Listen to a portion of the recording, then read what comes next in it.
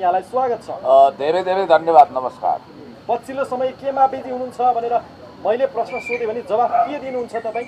अघिल्लो समय बिचमा र पछिल्लो समय पनि म निरन्तर राजनीति मार्फत सामाजिक काममा व्यस्त छु। राजनीति मार्फत सामाजिक काममा बिजी हुनुहुन्छ। कस्तो मजाले ट्याकल गरिदिनु भयो तपाईँले, किनकि आलोचना आउँछ तपाईँको सामाजिक क्षेत्रमा कुरा गर्ने हो भने केही भ्रष्टाचारका कुराहरू पनि गरेका थिएन तपाईँमाथि केही पात्रहरूले आलोचनाको नाममा। राजनीति गर्ने मान्छेको लागि आलोचना भनेको प्रशंसा जत्तिकै सम्पत्ति हो। आलोचना निमतुल्य तितो तर स्वस्थ होस् त्यो सबैभन्दा राम्रो। अब्राहम लिङ्कनको आलोचना भएन, त्यतिखेरका अखबारहरू उनका विरोधले भरिएका हुन्थे। तर अब्राहम लिङ्कन त कसैको डिभोर्सको घटना मिलाउन त बेडरुममा पुगेका थिएनन्। सामाजिक विषयमा बोलेर राजनीतिक विषयमा वकालत गर्दा कुनै एउटा निश्चित पर्टिकुलर एउटा चाहिँ निषेध गरिएका व्यक्तिहरूको विषयमा वकालत गर्दा चाहिँ उनी आलोचित बनेका थिए। होइन, निश्चित रूपमा म तपाईँलाई भन्न चाहन्छु, कुण्ड कुण्ड पानी मुन्न मुन्न बुद्धि भनेर मैले त्यतिकै भनेको छैन। समाजमा हुने हरेक सामाजिक इभेन्ट सधैँ पुरानो नयाँ किन आउँदैन? होइन, सुन्नुहोस्, एउटा सिग्नेचर स्टेटमेन्ट हुन्छ, त्यो दिइन्छ, कसैको कपी एन्ड पेस्ट गरिँदैन। म तपाईँलाई स्पष्ट रूपमा भन्न चाहन्छु, कसैको बेडरुममा म पुगेको पनि छैन। त्यसलाई बेडरुम भनेर मिसइन्टरप्रिटेसन गर्नेहरूप्रति म दया मात्रै गर्न सक्छु। मैले सामाजिक मुद्दा व्यक्तिसँग जोडिएको हुन्छ, व्यक्ति मिलेर समाज बन्छ, समाज मिलेर राष्ट्र बन्छ। त्यस कारणले गर्दाखेरि गरिब दुखी बेसहारा आदि इत्यादिको आँसु पुस्न, उनीहरूको सुख दुःखमा साथ दिनको लागि मद्दत गरेको हुँ। तर तपाईँले भनेको एउटा कुरा विचारणीय छ कि मेरो सदा सहायतालाई कमजोरी मानेर मेरो शोषण भयो, मेरो भावनामा खेलियो, म माथि अनेक किसिमका सामदाम दण्डभेद नीति आदि इत्यादि पेलपाल झेलझाल ठेलठाल थोपरियो। त्यसकारण त्यसबाट अहिले मैले युटर्न गरेर हत्तपत्त व्यक्तिको विषयमा नबोल्ने र व्यक्तिगत इस्युहरूमा नजाने निर्णय गरेको। हिन्दू शास्त्र अनुसार 13 दिन क्रिया बस्नुपर्छ। कहाँबाट तपाईँ भागेर आउनु, क्रिया छोड्नु भयो? होइन, यस्तो हो, तपाईँले क्रिया बस्नु भएको थियो। सुन्नुहोस् है, म तपाईँलाई भन्न चाहन्छु, संसारकै एउटा अनौठो किसिमको सिमे भूमे काचुवायु वीर मसान आदि इत्यादि अन्साउने मनसाउने भन्छ नि, मूर्खट्टा किचकन्या। म आफू व्यक्तिगत रूपमा द्वन्द्ववादी हुँ, भौतिकवादी हुँ, मार्क्सवादी हुँ। तर पनि सांस्कृतिक हिसाबले साउन 1 गते आउनुहोला चुले निम्ता छ लुतो फ्याँक्दैछौँ। राष्ट्रिय शरीरमा उत्पादन भएका उम्रिएका सबै खाले लुतो घाउ खटिरा पनि हामी त्यो दिन फ्याँक्दैछौँ। अस्ति हामीले गरेको भनेको लेन्डोप दर्जेको अतृप्त प्रेतात्मा जो भड्किरहेको छ नेपाली राजनीतिक आकाश र सामाजिक जमिनमा जो फैलिएको छ त्यसलाई अन्साई मनसाई गरेका हौँ। अब त्यसलाई अनेक रूपमा भनियो। यति फरक हो कि हामीले शिरमा कात्रो बाँधेका थियौँ, सेतो कफन बाँधेर हामीले यो नेपाली धरती र आकाशलाई पिरोलिरहेको त्यो अतृप्त भड्किरहेको प्रेतात्मालाई अन्साई मनसाई गरेका हौँ। तर सडकमा एउटा आवाज सुनिएको छ कि 3 गुणा ज्यादा भाडा असुल गरेर सरकार व्यापार गरिरहेको छ, जनताको भावनामाथि, जनताको दुःखमाथि रजाई गरिरहेको छ भन्नेहरूलाई पुण्य गौतमको जवाफ के गर्छ? हेर्नुहोस्, यो देशभक्त समाजवादी नेकपाको सरकार, तपाईँको पनि मेरो पनि हर कसैको म भन्न चाहन्छु, यसले राष्ट्रिय जीवनमा प्रभाव पार्ने हजारौं लाखौं वर्षसम्म जनताको सुखको लागि, नेपालको नेसनल सोभरेनिटी टेरिटोरियल इन्टिग्रिटी इन्डिपेन्डेन्सको लागि सुन्नुहोस्, दीर्घकालीन रणनीतिक हिसाबले जो अमर निर्णयहरू गरेको छ त्यसलाई छाया पार्नको लागि 3 गुणा भाडा जसले लिएको छ। म भन्न चाहन्छु नेपाल सरकारले 3 को 3 पुस्ते जन्म कुण्डली हिसाब किताब राख्नुपर्छ र यदि लिएको हो भने छ कि छैन? तपाईँ त अध्येता यार, तपाईँ त अध्ययन गर्ने मान्छे हो। बाबा मैले पनि सुनेको हुँ। अब यो बजार हल्ला छ, यदि भन्न पाउनुहुन्छ तपाईले? म के भनौँ त, म अख्तियार पनि होइन, सम्पत्ति शुद्धिकरण। पुण्य गौतम भन्ने एउटा फ्याक्ट विषयमा बोल्ने व्यक्ति हो। विदेशका व्यक्तिले पुण्य गौतमलाई 3 गुणा बढी भाडा लियो मेरो दाजु, भोलि राजनीतिमा उदयमान मेरा चाहिँ आदरणीय मेरा राजनीतिज्ञ भनेर फोन गर्दैनन् भन्ने पत्याउँदैनन्, त्यति विश्वास गर्दैनन् तपाईलाई? कसले लियो नाम दिनुहोस्, पुण्य गौतम आफै गएर त्यो निकायमा तपाईहरुसँग मिलेर लड्नेछ। सरकारले लिएको छैन भन्नुहुन्छ तपाई? होइन, मलाई यो जानकारी नभएको कुरा काहीँ नभएको जात्रा हाँडी गाउँमा लगाउन चाहन्न। मलाई जानकारी नभएको कुरामा कच्चा ज्ञानको पण्डित हुने शौक छैन। लिएको छ भने सडकमा किन आन्दोलन भइरहेछ? सडकमा त यस्तो छ नि, सडकमा आएर अनेक किसिमको रोड शो गर्नेहरू, अनेक किसिमले सरकारलाई भ्रमित पार्ने, जनतालाई भ्रमित पार्ने, सरकारको सकारात्मक निर्णयलाई पनि छायामा पार्ने तत्त्वहरूको कमी छैन। त्यसकारणले गर्दाखेरि सरकार गङ्गाजीमा नुहाएको मैले भनेकै छैन, यो स्फटिक जस्तो भनेकै छैन। कमी कमजोरीको बावजुद पनि अहिले नेकपाको यो देशभक्त समाजवादी सरकारले गरेको कामलाई तारिफ गर्नुपर्छ र त्यसलाई क्या बात भन्नुपर्छ। रमेश प्रसाईजीकै भिडियो हेर्नुहोस्, तपाईँहरूकै प्रस्तुति मैले हेरेको छु के देशको पक्षमा, जनताको पक्षमा, विकासको पक्षमा, समृद्धिको पक्षमा, अन्याय विरुद्ध, अत्याचार विरुद्ध, नाइन्साफी विरुद्ध हामी ठिङ्ग खडा भएका छैनौँ। विकासै नभएको छैन, जबरजस्त मिडियाले सरकारले गरेका विकासलाई लुकाएको छ र सरकारका प्रवक्ताहरू पनि यसलाई बाहिर ल्याउन चाहँदैनन्। सरकार भित्रैबाट सरकारलाई फेलियर गराउने, सिस्टमलाई फेलियर गराउने तर्खरमा छ। थाहा छैन अब सरकारको प्रवक्ता भएकाहरूले किन नुन खाएको कुखुरा जस्तो झोक्राएर बसेका छन्। स्पष्ट हुनु पर्यो नि, कुरा खस्रो मिठै हुन्छ, रोटी चाहे चिल्लो मिठो किन्नुहोस्। त्यसकारणले गर्दाखेरि सरकारको प्रवक्ताको भूमिका लिएका ती सबै महानुभावहरू, मन्त्रीज्यूहरू, सांसदज्यूहरूले अब खुलेर आँखा नझुकाइकन, किञ्चित हिंताबोध नगरिकन, लज्जाबोध नगरिकन हाम्रो जस्तो छाती ठोकेर सरकारको उपलब्धिको विषयमा र कमजोरीको विषयमा समीक्षा प्रश्नहरू गर्नेछौँ तपाईलाई। के यो लोकसेवा आयोग हो? लगभग त्यही मान्नुहोस् एकछिनलाई। अहिले यति बेला लोकसेवा आयोगको तयारी पनि रोकिएको छ, उहाँलाई काम लाग्न सक्छ। हजुर, प्रश्न सुरु गरौँ। ओके, कम्तीमा 1 मिनेटभित्रमा जवाब दिनु, ज्यादा समय नजाउँ। हेरौँ, जनताले बुझ्नुपर्छ। एमसीसी पास भएको अब टिभीमा कहिले हेर्नु? एमसीसी का घातक बुदाहरू जो नेपालको national security, national sovereignty, territorial integrity, independence, नेपालको राष्ट्रिय सार्वभौमसत्ता विरोधी बुदाहरू एमेन्डमेन्ट नभएसम्म, जस्तो कि भारतको सहमतिमा प्रोजेक्टहरू हामीले पास गर्न पाउने, नेपालको महालेखा परीक्षक कार्यालयले लेखा परीक्षण गर्न नपाउने र त्यसको केही दीर्घकालीन आइपीएससँग पनि जोडिएको, इन्डो पेसिफिकसँग जोडिएको भन्ने कुरा छ। विरोध गर्दा त यहाँनिर नरोकिने स्थिति आइसक्यो। तपाईँहरू यसरी पछाडि सटरको छेउमा राति साँझको समयमा कराएर यो कुदा सचिन्छ भन्ने विश्वास लाग्छ? होइन, तपाईँ ढुक्काउनुहोस्, मैले भनी यो साँझकै टाइममा भनि ल, यो रेकर्ड रहनेछ। म ढुक्क छु कि यो मिलेनियम च्यालेन्ज कर्पोरेसन जसलाई होल्ड गर्ने मिलेनियम च्यालेन्ज एकाउन्ट नेपालमा इस्टाब्लिस हुँदैछ, त्यो वास्तवमै भन्ने हो भने यो मिलेनियम च्यालेन्ज कर्पोरेसन अर्थात् एमसीसी का राष्ट्र विरोधी घातक बुदाहरू एमेन्डमेन्ट नभएसम्म यसलाई बाइबल, गीता, कुरान, पुराण जस्तो कमा फुल स्टप चेन्ज नगरिकन हुबहु पास गर्नै सक्दैनौँ, यो हुनै सक्दैन। यदि तपाईँको बुदा नसच्याइकन पास गरियो भने पुण्य गौतमले फेरि वैशाख 1 गते दोहोऱ्याउँछ, दोस्रो पटक आत्महत्या गर्ने घोषणा गर्छ। होइन, यस्ता कार लाछी पानी आन्द्रे पानी मरुवा कुरा गरेर पुण्य गौतमले कहिले जानेको पनि छैन। त्यो तपाईँको रेकर्ड छ। ए बाबा, त्यो एउटा अप्रिल फुल मनाउँदा कसैले यता देब्रे कुराबाट लुकाएर छिपाएर छुपा रुस्तमहरूले कतै भिडियो प्रकाशित गरे होला नि, त्यो उहिलेको कुरा खोलिसक्यो, त्यो विषय नसम्झाउनुहोस्। तपाईँले त्यति बेला आत्महत्या गर्छु यदि सरकारले फलानु काम गरेन भने भनेको चाहिँ त्यो अप्रिल फुल थियो। त्यो एक्ज्याक्टली करेक्ट। मैले त्यस विषयमा धेरै भनिसकेँ, भन्दा घाँटीको नसा पनि दुखिसकेको छ। म धेरै घोक्रो सुकाउन चाहन्न र यति भन्न चाहन्छु कि वास्तवमै पारिजातको नजन्मिएको छोरो कथा तपाईँले पढ्नु भएको छ। आकाश खस्यो भने के गर्नुहुन्छ, धरती फाट्यो भने के गर्नुहुन्छ भने जस्तै कुरा हो। र यो उल्टो गङ्गा नबगाउनुहोस्, मन चङ्गा त कसौरामा गङ्गा। एमसीसी हुबहु पासै हुन सक्दैन, यो मेरो विश्वास हो। सरिता गिरी विरुद्ध निकै सडक आन्दोलनमा पनि आउनुभयो, सरिता गिरीको घोर भत्सना पनि गर्नुभयो। फेरि सरिता गिरीले संसदमा हिन्दीमा बोलेको तपाईँको कानले पटक पटक सुन्नेछ, कतिको तयारी गर्दै हुनुहुन्छ? कहाँ बोल्न पाउँछिन् अब हिन्दीमा? यो गरिमामय संसदमा गरिमाहीन सरिता गिरी जस्तो देशद्रोही जसलाई हामीले वास्तवमै भन्ने भने उनको नागरिकता र सांसद पद खोसुवा गर्नुपर्छ, उनी चाहन्छन् भने उनलाई उनकै माइती बिहारतिर खेद्नुपर्छ। पर्छ कि हुन्छ नै, किनभने अब सरिता गिरीको पार्टीले हामीलाई दिएको जानकारी अनुसार हामीले विभिन्न कार्यक्रम पनि गरौँ। तपाईँहरूले पनि मुद्दा मामिलाको प्रोसेस गरिरहनु भएको छ। देशद्रोही हुन् उनी भनेर तपाईँहरूले हालेको मुद्दामा मेरो पनि सोलिडारिटी छ। रमेशजी, जीवनजी, तपाईँहरू अगाडि बढ्नुहोस्। तपाईँहरू अगाडि बढ्दाखेरि यो पुण्य गौतम पनि दायाँ वा बायाँ हुनेछ, म यो विश्वास दिलाउन चाहन्छु। तपाईँहरूले स्तुत्य काम गर्नुभयो, धन्यवाद छ।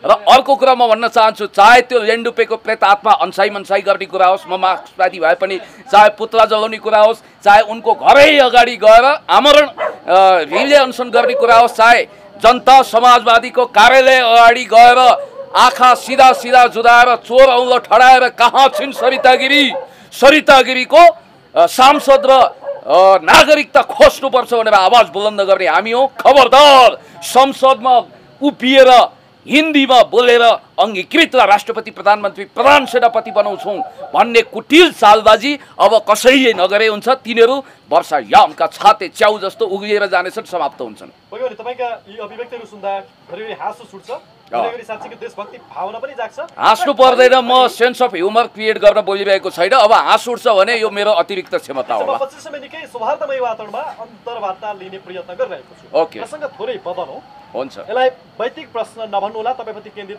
भएको नसम्झिनुहोला। ओके, यहाँ सामाजिक अभियन्ताको नाममा पेट लागेर तपाईँको जिम खानामा घटाउन जान नपाएका मानिसहरू प्रशस्तै छन्, जसको जिन्दगी सर्पले काँचुली फेरि जस्तो फेरिएको छ। उनीहरू नयाँ भएका छन्, तर आफ्नो कपडा समेत फेर्न नसक्ने पुण्य गौतम, दसैँ कुर्नुपर्ने पुण्य गौतमले देशको मुहार फेर्छ, नीति फेर्छ, राजनीतिक अवस्था फेर्छ भनेर जनताले के का आधारमा पत्याउने? अब व्यक्तिगत रूपमा हेर्नुहोस्, कुरा ढाँट कुरा गर्नु हुँदैन। तपाईले यो कपडा कतिवटा भिडियोमा लाउनु भयो? ढाँटे कुरा काटी मिल्दैन भने जस्तो यो मेरो सिम्प्लिसिटी होला। म त्यस्तो चप्पलले छाप्रे नै चाहिँ होइन, म मध्यमवर्गीय परिवारको मान्छे हुँ। तर पनि यहाँ चप्पलले र छाप्रे हिजोसम्म कचाक कुचुक परेको डेक्ची देखाएर कठैबरा भनेर सहानुभूति बटुल्नेहरू आज धन्दा सेट गल्लावाल बनेर महँगा महँगा गाडी चढ्छन्। मलाई त सम्झना आउँछ फ्योदर दस्तोवस्कीको crime and punishment brother Karamazov लेख्ने दस्तोवस्की, रसियन राइटर दस्तोवस्कीले भन्नुभएको थियो, कतिपय शोषितहरूमा शोषक हुने प्रबल इच्छा हुन्छ। त्यसकारण त्यो दमित इच्छा पुरा गर्नको निम्ति वास्तवमै धन कमाउँ, चकाचौध गरौँ, रङ्गीन दुनियाँमा खाउ पिउ मोज गर, दुनियाँ रङ्गीन छ भोज गर टाइपले हिँडौँ भनेर चाहने उपभोक्तावादी नव उदारवादी मान्छेहरूले के चकाचौध गरे त्यसमा मलाई जानु छैन। तर यो युगमा कुनै पनि जालन्धरले महादेवको स्वरूप धारण गरेर फेरि पनि पार्वतीको छल गरे जस्तै जनतालाई ढाँटौँला, छक्यौँला, थाङ्नामा सुतौँला अनि त्यसै गरी लैबरी लै गरिदिउँला भनेर अब सोच्नु पर्दैन। अब अलिकति प्रसङ्ग बदलौँ। लगभग आउनु पनि कुरा आइहाल्यो। घुमिफिरी रुम्जाटार एउटै विषयमा साक्षात्कार भने जस्तो पटक पटक एउटै विषयमा मेरा दर्शकलाई मोनोटोनस यानि कि पट्यार लाग्दो बनाउन म चाहदिनँ। केही प्रश्न गर्छु जो तपाईँको म एउटा मिसकल गरौँ।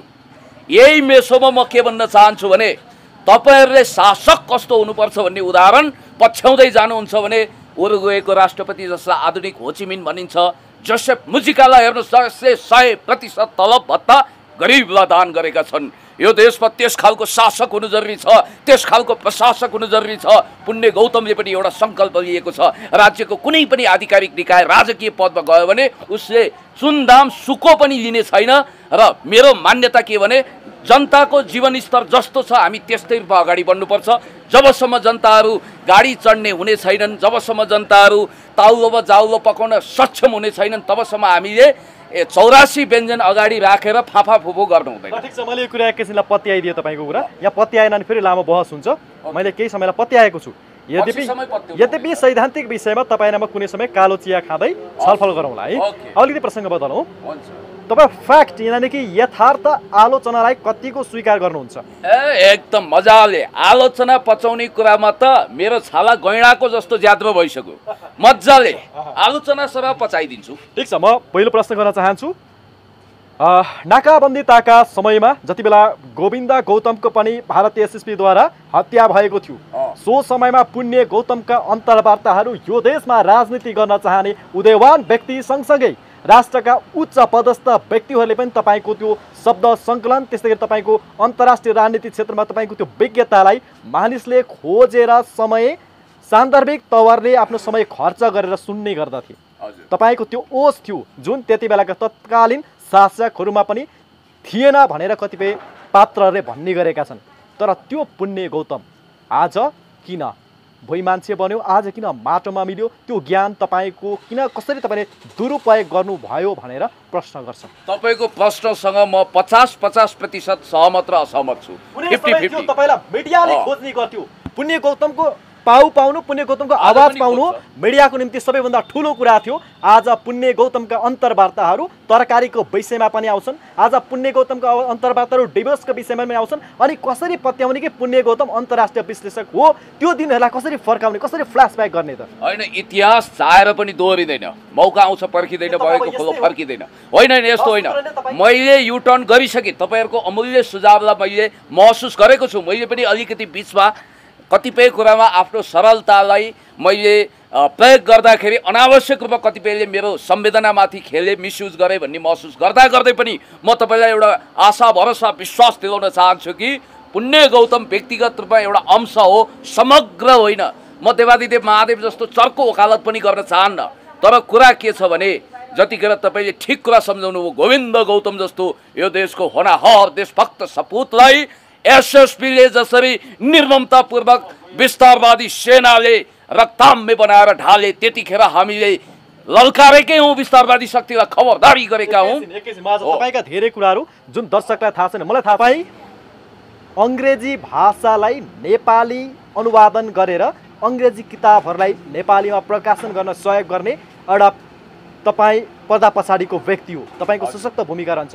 नेपाली भाषाका नेपाली राइटरहरूले जुन किताब लेखेको भनेर राइटरको नाम आउँछ, तर तपाईँको नाम आउँदैन। तर तपाईँले धेरै राइटरका किताबहरूलाई अङ्ग्रेजीमा अनुवाद गरेर प्रकाशन गर्नमा सहयोग पुर्याउनु भएको छ, यो दर्शकलाई थाहा छैन। तपाईँ अन्तर्राष्ट्रिय क्षेत्रको विश्लेषक पनि हो। कुनै समय तपाईँको आर्टिकलहरू विभिन्न मिडियामा आउँथे, तपाईँको अभिव्यक्तिहरू मेन स्ट्रिम मिडियाले बडो सुरक्षित साथ सिडीमा राख्थे। आज त्यो व्यक्ति, त्यो पुण्य गौतम र अहिलेको पुण्य गौतमलाई ऐनामा हेर्ने प्रयास गर्नुहुन्न सर। इमान्दारिताका साथ भन्नुहोस्, दायाँ बायाँ कुरो नघुमाई नागबेली नबनाई। जिन्दगी देउराली भन्ज्याङ उकाली चौतारी सबै हो, त्यस कारणले गर्दा होइन दायाँ बायाँ भन्दा पनि नागबेली परेकै हुन्छ जिन्दगी। त मैले नागबेली स्वरूपको बारेमा केही भन्नु पर्यो नि त। म तपाईँलाई भन्न चाहन्छु, एउटा मानिसको रूपमा पूर्ण जिन्दगी बाँच्दा कहिलेकाहीँ आलोचना पनि खाइन्छ, कहिले वाह क्या बात भनेर तारिफको माला पनि लगाइन्छ, गर्दै जाँदा जुत्ताको माला लगाउने अवस्था पनि हुन सक्थ्यो। त्यस कारणले गर्दाखेरि मैले तपाईँलाई यति कुरा भने कि म प्रशंसाको पछाडि मरिहत्ते गरेर हापझाप गर्ने मान्छे परिनँ। र अब चाहिँ तपाईँलाई मैले पक्का पनि के विश्वास दिलाउन चाहन्छु भने हेर्नुहोस् मित्र, जीवनमा केही मिस्टेकहरू भयो होला जानेर नजानेर, अब ती कथाहरू दोहोरिँदैनन्, ती इतिहासका पानामा सुरक्षित भइसके, ती सबै मेरा सम्पत्ति हुन्। र पक्का पनि कुरा चाहिँ के हो भने तपाईँले भनेको कुरा ठिक हो। मैले पुरानो अन्तर्वार्ता हेर्दा अहिले मेरो काँडा उम्रिन्छ। अहिले तपाईँबाट राजनीति क्षेत्रका धेरै ज्ञान लिएको छु। अहिले यस्तो भन्दा दर्शकहरूले पत्याउनुहुन्न, साला युट्युबै भनेर मलाई गाली गर्नुहुन्छ, किनकि त्यो पछिल्लो भिडियोमा तपाईँको त्यो क्षमता देखिएन क्या। पहिला तपाईँको अन्तर्वार्ता गर्दा मान्छेले प्रशंसा गर्थे, यस्तो व्यक्तिलाई पो ल्याउने हो त मिडियामा भन्थे। अहिले तपाईँको अन्तर्वार्ता गर्दा हामीले नमज्जाले गाली खानुपर्छ पुण्य सर। अब यस्तो हो, हिराको परख ज्वारीले गर्न सक्छ, तपाईँमा त्यो क्षमता छ, तपाईँमा त्यो इन्टेलेक्चुअल पर्सनालिटी छ, र तपाईँले त्यसरी समुद्र मन्थन गर्दा हलाल कालकुट विषमा पन्साएर अमृत निकाल्न सक्नुहुन्छ। तपाईँ पनि एउटा बेजोड विलक्षण व्यक्तित्व हो, चाहे ओरेटरीको हिसाबले चाहे अध्ययनको हिसाबले। आफ्नो उमेरअनुसार तपाईँले धेरै भोटो फटाउनु भएको छैन, अनुभवले तपाईँ समृद्ध हुनुहुन्छ। रमेशजी, तपाईँहरूको यो टिम बडो देशभक्तिपूर्ण ढङ्गले अगाडि बढिरहेको छ, शानदार तरिकाले अगाडि बढ्नुहोस्, मेरो शुभकामना शुभेच्छा छ। अर्को कुरो मैले अब प्रश्नलाई मैजारो गर्छु उत्तर दिएर। कुरा के छ भने श्री गणेश गरिसकेपछि, कुरा झिकिसकेपछि त्यसलाई बिट मार्नु भन्छन्।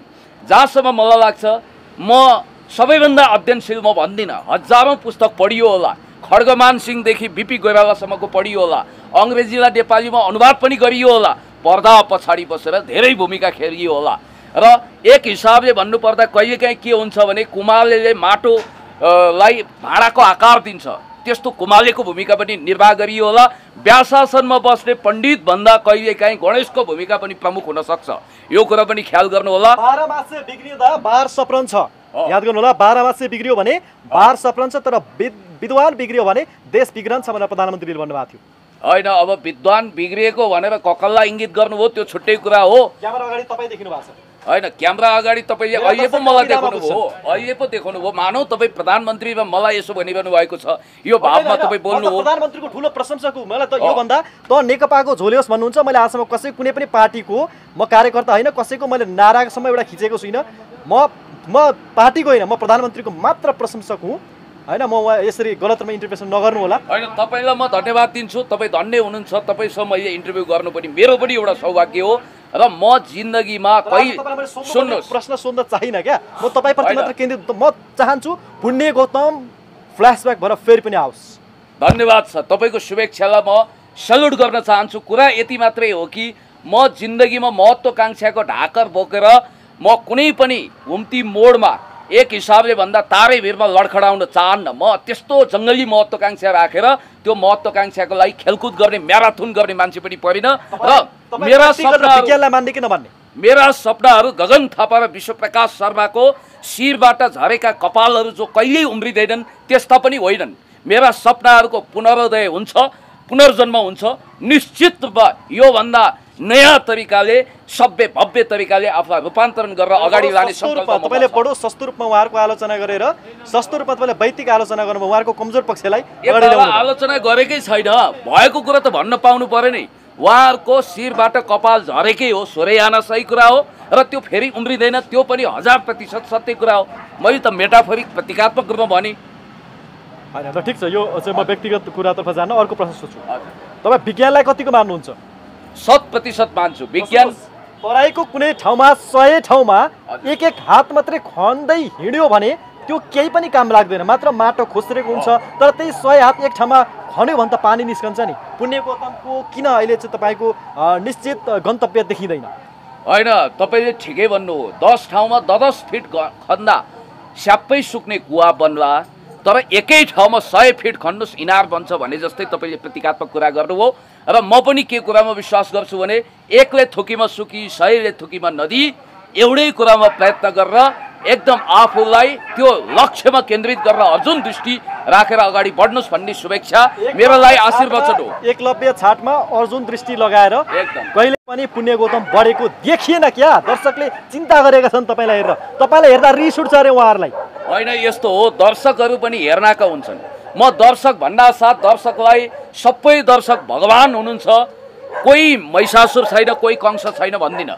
दर्शक भनेको पनि यही समाजको उत्पादन हो।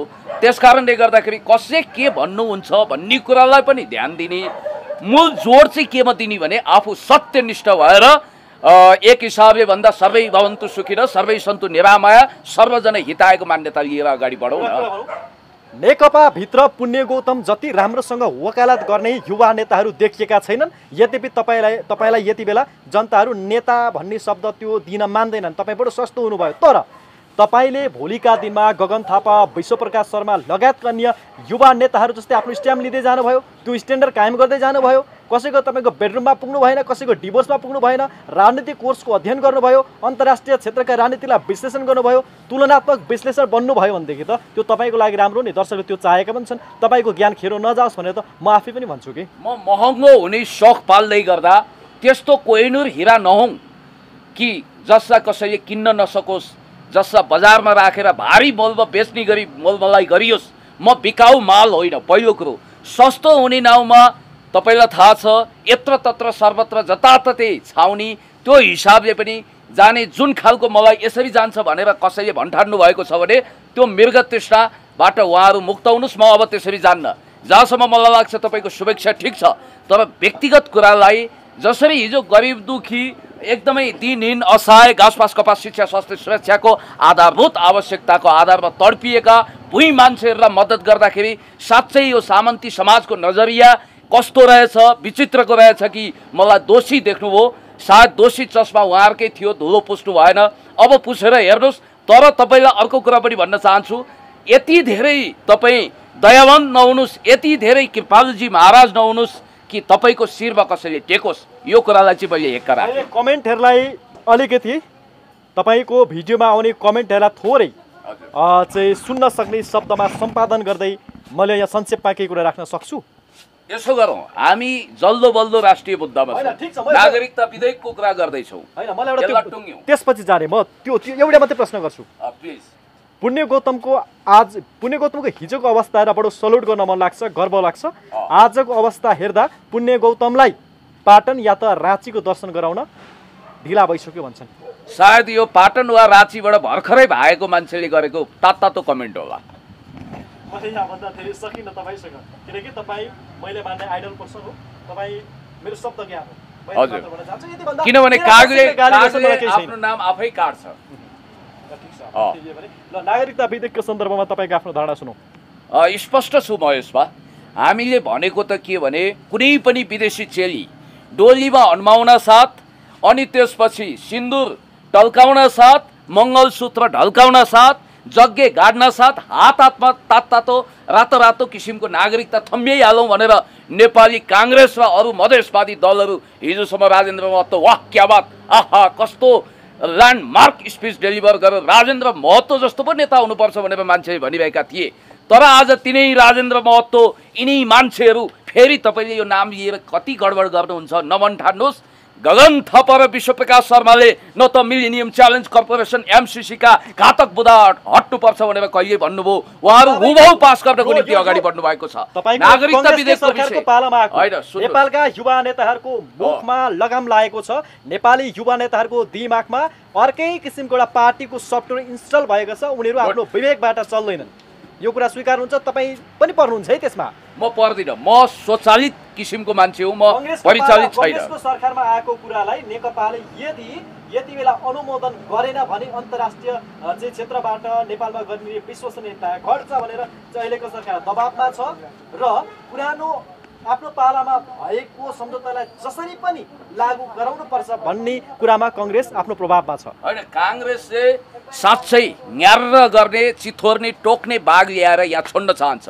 हामीले एमसीसीमा भएका घातक बुदाहरू जो दारा नङ्ग्रा रूपी बुदाहरू छन् तिनीहरू एमेन्डमेन्ट नगरिकन त्यसलाई नहटाइकन कुनै पनि हालतमा एमसीसीलाई पास गर्नु हुँदैन भनिरहँदाखेरि सर्कसको त्यो बाघ जसको दारा पनि झिक्किएको छ नङ्ग्रा पनि झिक्किएको छ न्यार्र गर्छ ख्यार्र गर्छ भोटे कुकुर भन्दा माथि उसको औकात र हैसियत छैन।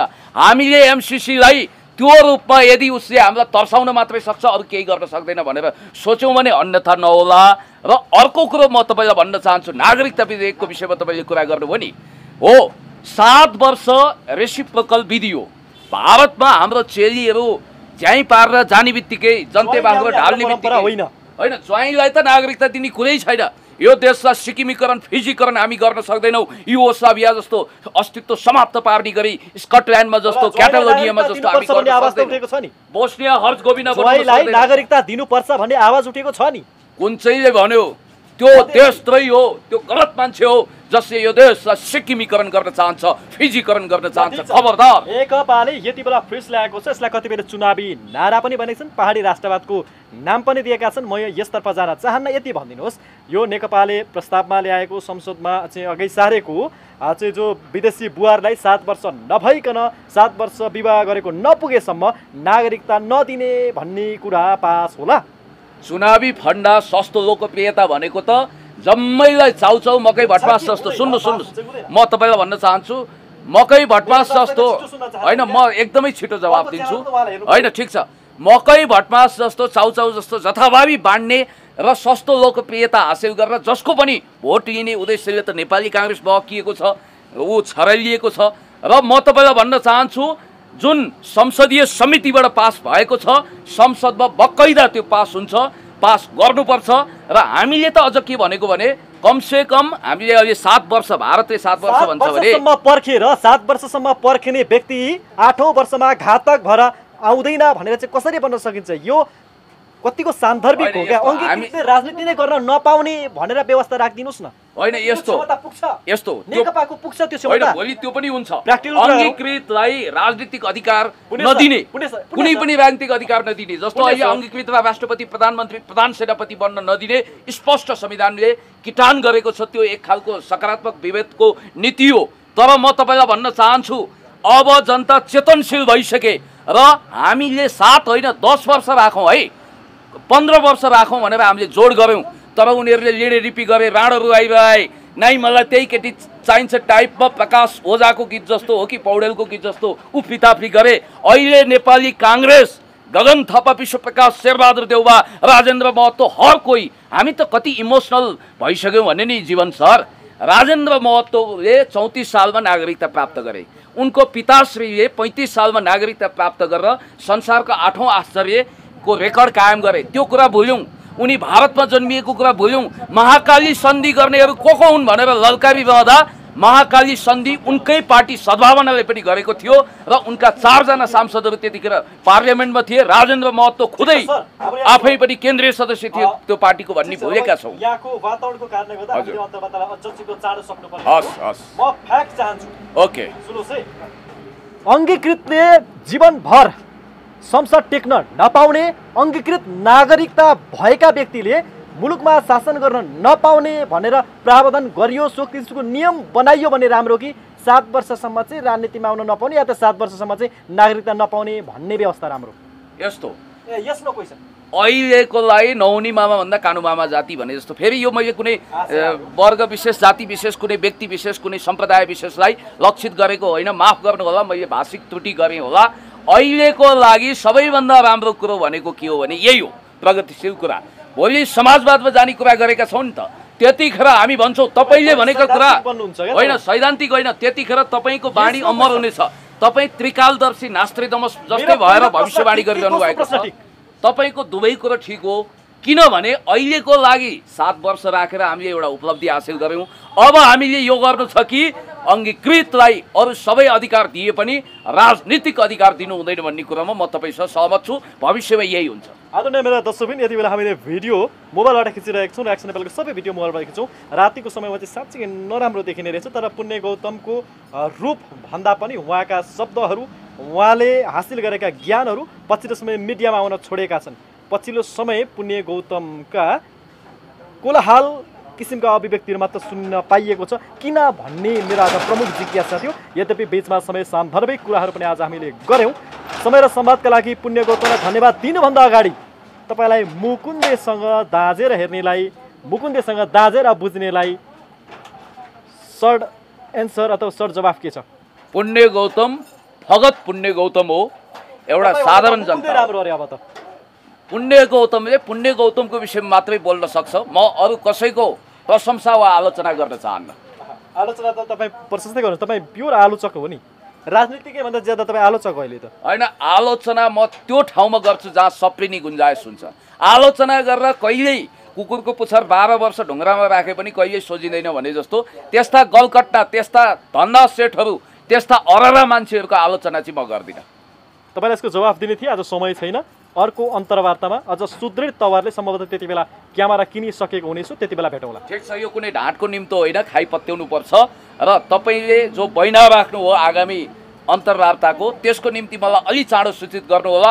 मजाले बातचित गरौँला, मनसँग मन गाँसौँला, मुटुसँग मुटु गाँसौँला, बातचित गरौँला। धन्यवाद सबैलाई, धेरै धेरै धन्यवाद। यही च्यानल हेर्नुपर्छ भन्ने छैन, मन पर्यो भने सब्सक्राइब गर्नुहोला, मन परेन भने अर्को कुनै तपाईँलाई मनपर्ने च्यानल खोजेर हेर्नुहोला। तपाईँलाई मन परेको कार्यक्रम आइसकेको पनि हुनसक्छ।